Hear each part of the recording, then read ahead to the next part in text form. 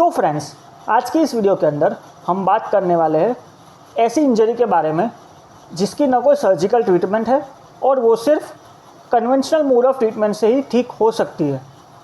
लेकिन इस इंजरी की वजह से आजकल के दौर में क्रिकेटर्स के करियर पर बहुत भारी असर देखने को मिल रहा है।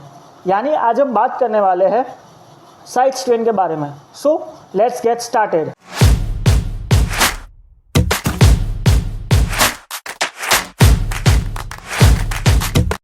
साइड स्ट्रेन एक ऐसी इंजरी है जो हमारी बॉडी के चेस्ट मसल्स के अंदर होती है, particularly intercostal muscles and oblique muscles.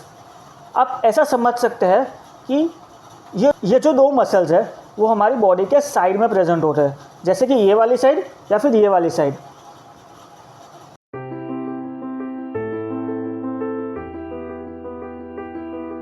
सबसे पहले हम जानेंगे कि साइड स्ट्रेन के पीछे कौन कौन से कॉजेज़ हो सकते हैं।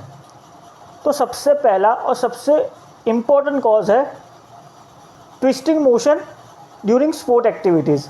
इसका मतलब होता है कि आप अपनी बॉडी को बार बार ऐसे ट्विस्ट कर रहे हो जिसकी वजह से आपके बॉडी के जो मसल्स है वो कंटिन्यूस कॉन्ट्रैक्शन और रिलैक्सेशन में जा रहे हैं और रेस्ट पीरियड बहुत कम मिल रहा है।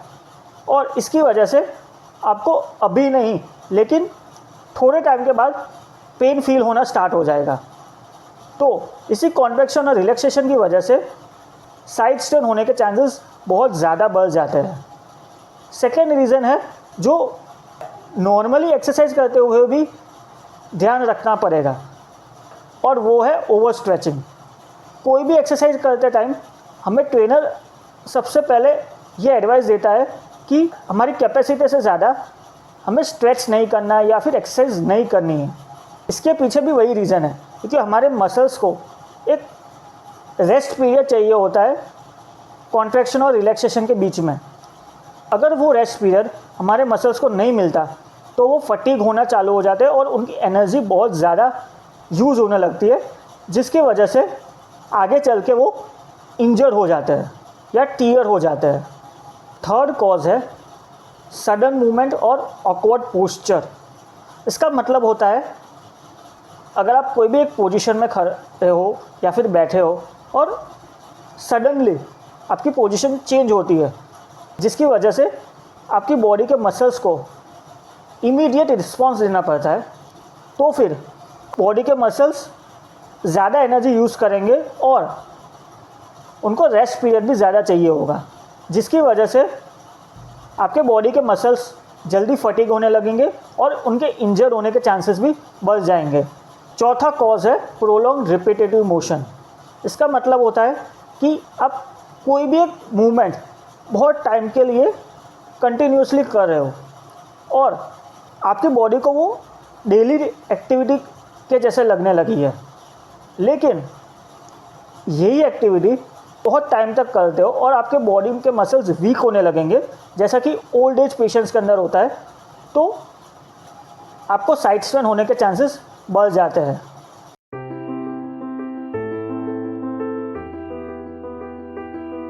अब हम जानेंगे कि साइड स्ट्रेन के सिम्टम्स क्या क्या हो सकते हैं। सबसे पहला सिम्टम है sharp pulling type of pain in the affected part. इसका मतलब होता है कि आपको आपके मसल्स को कोई खींच रहा हो ऊपर की तरफ से, ऐसा पेन होने लगेगा और वो एकदम स्ट्रॉन्ग मोशन में होगा जिसको आप सहन नहीं कर पाओगे।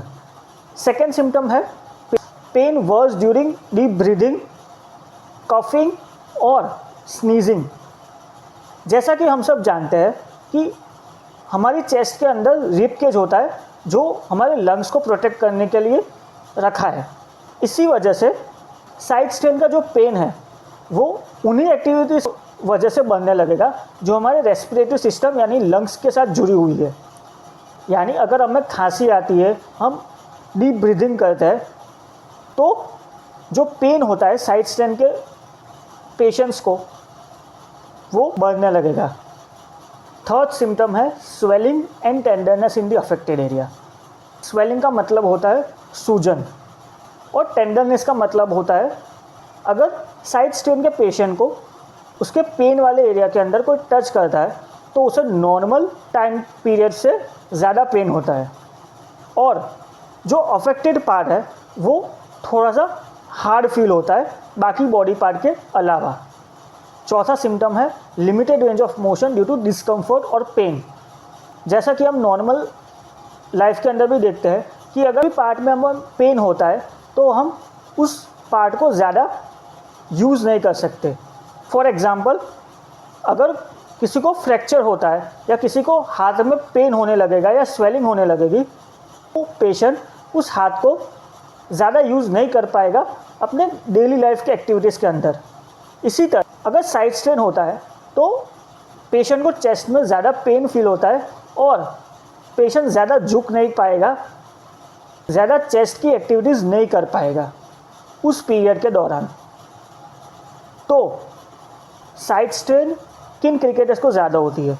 साइड स्ट्रेन फास्ट बॉलर्स को होने के चांसेस बहुत ज़्यादा है, और इसके पीछे बहुत सारे रीजंस हैं, जैसे कि higher bowling workload, over use of muscles, rotational motion, weaker muscle strength and poor technique. इन सारे कॉजेज़ या फिर इन सारे रीजंस को मैं मसल टीयर वाले वीडियो में अच्छे से एक्सप्लेन कर चुका हूँ। तो अगर आपको अच्छे से समझना है कि फास्ट बॉलर्स को ये इंजरी क्यों ज़्यादा होती है, तो आप मेरा ये वाला वीडियो देख सकते हैं।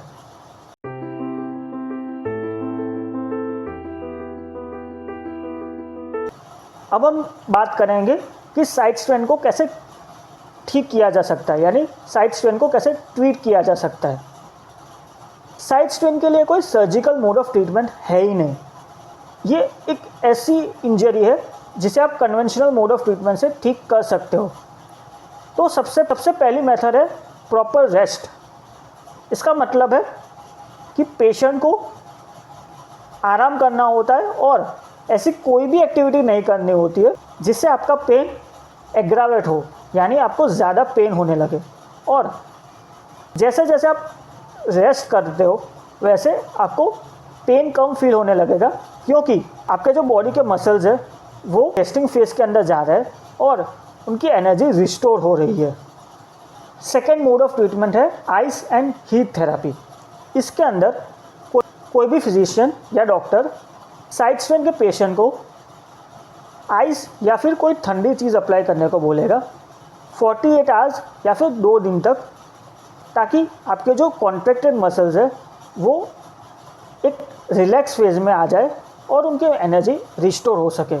और 2 दिन के बाद उन्हीं रिलैक्स मसल्स को हीट प्रोवाइड करनी पड़ेगी, यानी आपको गर्म पानी से नहाना पड़ेगा या स्टीम लेनी पड़ेगी, ताकि आपके जो मसल्स है वो डेली लाइफ एक्टिविटीज़ करने के लिए तैयार हो सके। थर्ड मोड ऑफ ट्रीटमेंट है पेन रिलीफ। जैसा कि हमने सिम्टम्स के अंदर जाना कि साइड स्ट्रेन का सबसे मोस्ट इम्पॉर्टेंट सिम्टम है pain in the affected area. तो पेशेंट इसी पेन को दूर करने के लिए पेशेंट को पेन किलर्स प्रिस्क्राइब करेगा, जैसे कि आइबुप्रोफेन। चौथा मोड ऑफ ट्रीटमेंट है जेंटल स्ट्रेचिंग। जैसे जैसे आपका पेन कम होने लगे रेस्ट लेने के बाद या फिर पेन किलर खाने के बाद, तो आपको स्ट्रेचिंग करनी स्टार्ट करनी होगी, ताकि आपके जो बॉडी के मसल्स है वो डेली लाइफ एक्टिविटीज़ करने के लिए रेडी हो जाए। लेकिन इस स्ट्रेचिंग में आपको ये ध्यान रखना है कि इंजरी होने के पहले आप जितनी स्ट्रेचिंग करते एक्सरसाइजेस करते थे वो इसकी 1% से लेकर 5% तक ही होनी चाहिए, ताकि आपको वापस इंजरी ना हो और आपके जो बॉडी के मसल्स है वो भी डेली रूटीन के अंदर आ जाए। पांचवा मोड ऑफ ट्रीटमेंट है फिजियोथेरेपी। फिजियोथेरेपी कोई भी फिजिशियन तभी रिकमेंड करेगा जब आपका पेन कम ना हो रहा हो रेस्ट से, आइस एंड हीट थेरेपी से या फिर पेन किलर खाने के बाद भी। यानी आप ऐसा कह सकते हैं कि फिजियोथेरेपी एक एक्सट्रीम मोड ऑफ ट्रीटमेंट है साइड स्ट्रेन का। अगर आपको इस वीडियो से कुछ नया जानने को मिला है या कुछ नया सीखने को मिला है साइड स्ट्रेन के बारे में, तो please like this video, share this video and don't forget to subscribe the channel.